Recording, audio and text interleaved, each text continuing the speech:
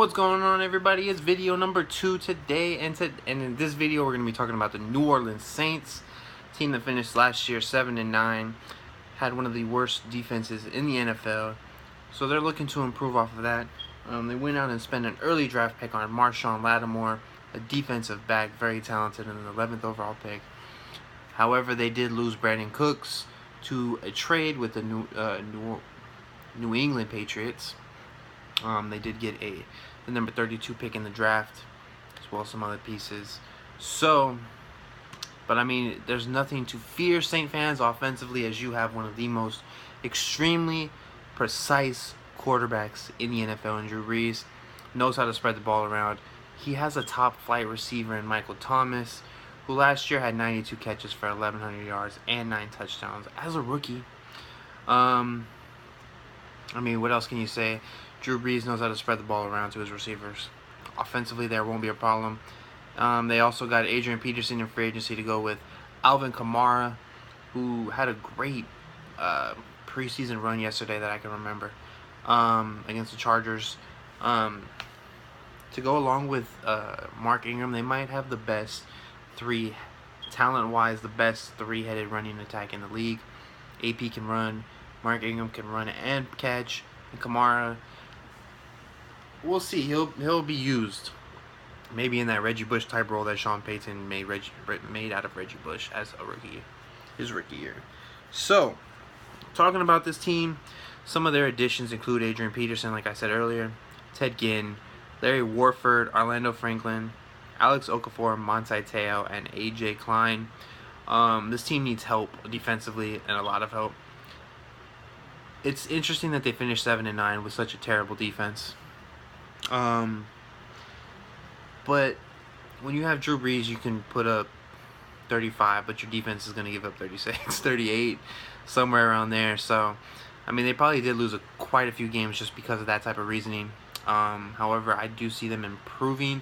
Record-wise, I don't think they'll improve. Maybe they'll go 8-8, but we'll get into that later on in this video. When we get to their schedule and take a look at who they play, where they play, and what time of the year it could be. Now, this division, however, is pretty solid right now. It's a very tough division. No team in this division, I believe, has won back-to-back division titles. If I am wrong, make sure to fact-check me. I do appreciate that. Tampa Bay has improved. Carolina has improved. And the Falcons are the Falcons. They still offensively shine at you. They are young and fast defensively, as we will discuss later on today as we get going. But yeah, I mean, overall, this team has one of the best quarterbacks in the league. They have and he knows how to get his guys the ball. It'll be interesting to see what type of offense they run with all three of those running backs.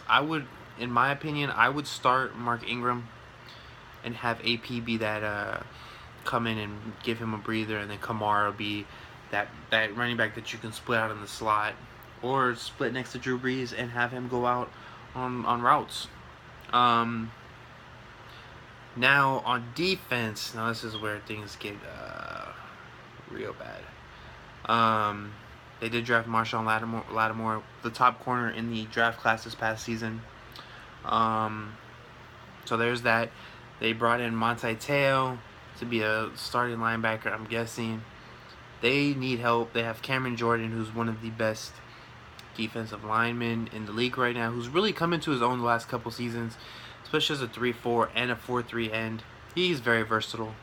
But yeah, it'll be interesting to see what they do here. Because on the secondary, they're really bad. They get beat by teams that can throw the ball and honestly run the ball. I mean, they were 29th, I believe, in points allowed and 31st in total yards against. So they need to improve fast on the defensive side of the ball. Maybe they should adopt more of that, try to stay on the field for as long as they can with their offense and let their defense play 25 minutes a game, 28 minutes a game. Keep them off the field so that you can win the game with time of possession. Now, jumping into their schedule here. Let's see what we got. Looks like they're playing the NFC North. NFC North and the AFC East. And their two plays games are Washington and Detroit. No. False. Washington and what the fuck? The Rams. Washington and the Rams are their two place games. So, starting their season off, they start off on Monday night, September 11th, against the Minnesota Vikings in Minnesota. I'm going to give that game to Minnesota. Then they got to play New England. Let's go into New England. At Carolina. I'm going to give that one to New Orleans. They can be streaky. At Miami. This game starts at 9:30 a.m. on Fox. I'm going to say that's a London game. And if that's a London game, we're going to go ahead and give this one to New Orleans. You got to remember, Miami also lost Ryan Tannehill. Jay Cutler's coming in. I don't think that's going to work. I think he'll take them to second place in that division, but that's not very good in the AFC. And they get their bye week. And then they play versus Detroit. I'm going to give that one to Detroit because of their defense. At Green Bay, I'm going to give that to Green Bay. Versus Chicago, I'm going to give that to New Orleans.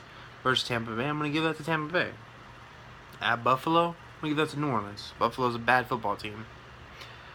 And then play versus Washington, I'm going to give that one to New Orleans. That's going to be a shootout, though. I can see that game going 45-42. At the Rams, I'm going to give that one to New Orleans. Versus Carolina, I'm going to give that one to Carolina. At Atlanta, I'm going to give that one to Atlanta. That sucks. They got to play Atlanta twice in 3 weeks. I don't know why the NFL schedule makers do shit like this. Versus the Jets, I'm going to get down to New Orleans. Versus Atlanta. How about this? I'll give this game to New Orleans because it's in the Superdome. And then they finish off at Tampa Bay. And I'm going to give that one to Tampa Bay. So I see this team going anywhere from 6-10 to 8-8. They're not a playoff team.